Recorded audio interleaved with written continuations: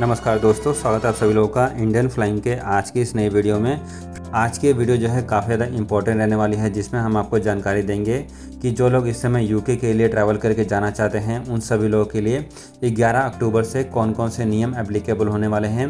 इसके साथ साथ यहाँ पर ये भी खबर सामने आ रही है कि भारत सरकार ने अब सभी लोगों के लिए, जो लोग भी भारत में घूमने आना चाहते हैं उन सभी लोगों के लिए अब फ़्लाइटें खोल दी है, यानी कि अब भारत में आप घूमने के लिए आ सकते हैं। इसके अलावा यहाँ पर इस वीडियो में हम अबू धाबी को लेकर भी जानकारी लेंगे। साथ ही साथ यहाँ पर वैक्सीन से जुड़ी हुई भी जानकारी रहने वाली है कि भारत सरकार जो है अब वैक्सीन एक्सपोर्ट का परमिशन दे चुकी है और जितने भी देश अब भारत से वैक्सीन खरीदना चाहते हैं अब वो सभी देश जो हैं भारत से वैक्सीन खरीद सकते हैं। इसके अलावा फ्रेंड्स इस वीडियो में हम मुंबई एयरपोर्ट को लेकर जानकारी देंगे। साथ ही साथ यहाँ पर कनाडा से जुड़ी हुई भी जानकारी रहने वाली है। इसके अलावा फ्रेंड्स और भी बहुत सारे टॉपिक जो है इस वीडियो में हम कवर करेंगे। यदि आप ये सारी जानकारी लेना चाहते हैं तो इस वीडियो को पूरा ज़रूर देखें, लास्ट तक देखें, ताकि आपको ये सारी जानकारी मिल सके। पहली बड़ी खबर जान लेते हैं जो कि आ रही है यूके से। जी हाँ दोस्तों, यूके से एक अच्छी खबर सामने आ चुकी है। यदि अब आप यूके में ट्रैवल करके जाते हैं तो अब आपको यूके में जाने के बाद क्वारंटीन में नहीं रहना पड़ेगा।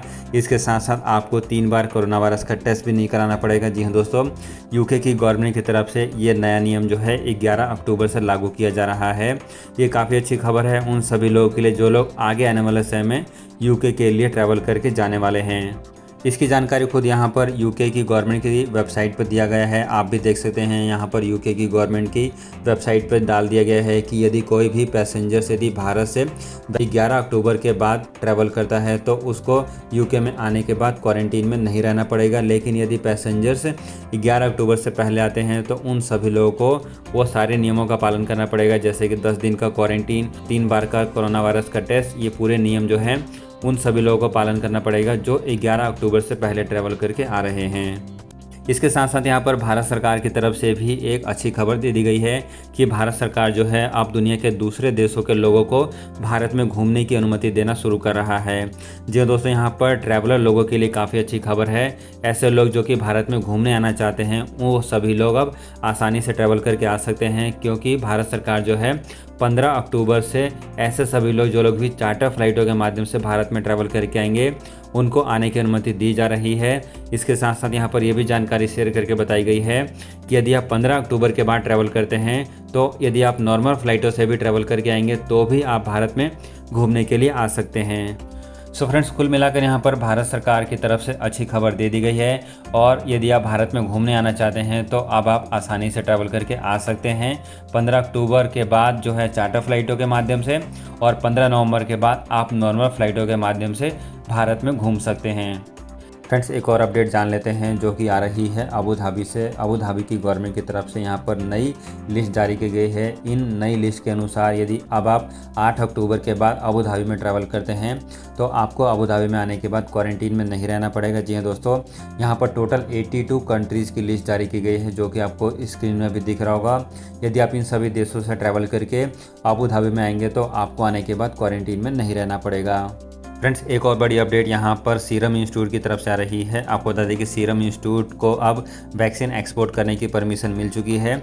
इसके साथ साथ यहाँ पर भारत बायोटेक को भी परमिशन दे दी गई है। यहाँ पर जो खबर सामने आ रही है उसके अनुसार यहाँ पर सीरम इंस्टीट्यूट जो है अपने वैक्सीन का एक्सपोर्ट नेपाल, म्यांमार और बांग्लादेश जैसे देशों को करने वाला है, और यहाँ पर भारत बायोटेक जो है वो अपने वैक्सीन का एक्सपोर्ट ईरान जैसे देशों को करने जा रहा है। आपको बता दें कि यहाँ पर भारत सरकार की तरफ से सितंबर महीने में ही वैक्सीन एक्सपोर्ट की परमिशन दे दी गई है और अब अक्टूबर महीने से वैक्सीन एक्सपोर्ट का काम शुरू किया जा रहा है।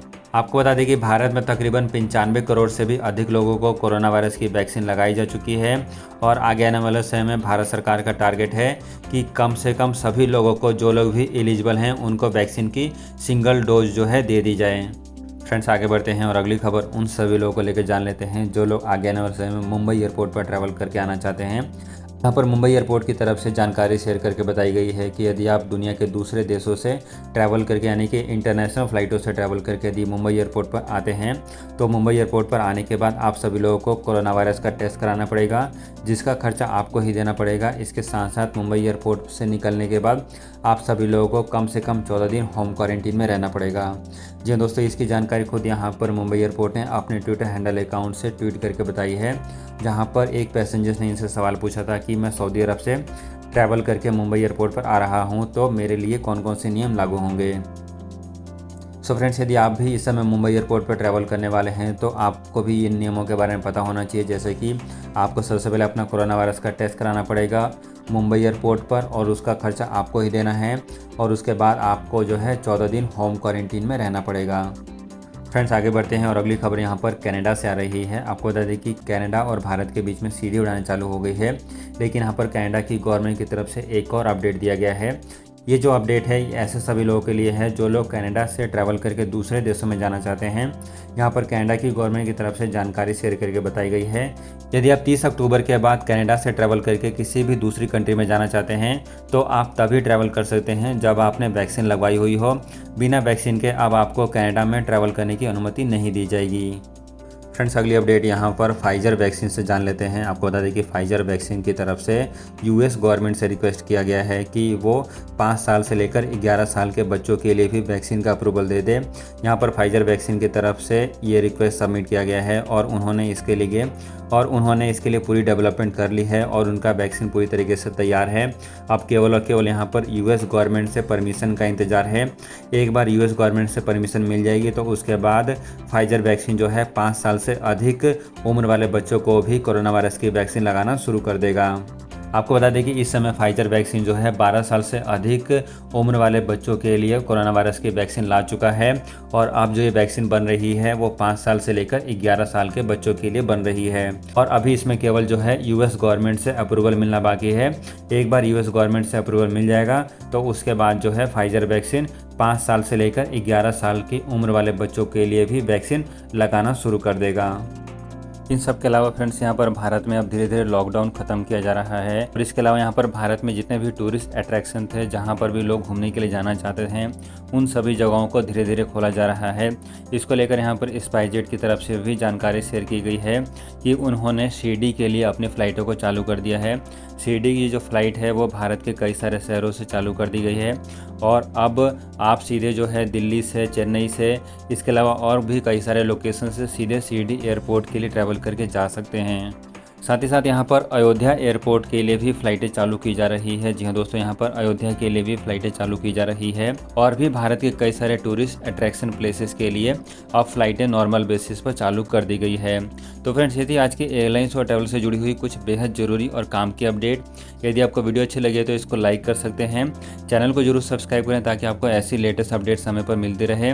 और इसके अलावा यदि आपके कोई सवाल हैं, कुछ सुझाव है तो वीडियो के नीचे आप कमेंट्स कर सकते हैं। हम कोशिश करेंगे कि आपके उन सवालों का जवाब जल्दी जल्दी दे पाएँ।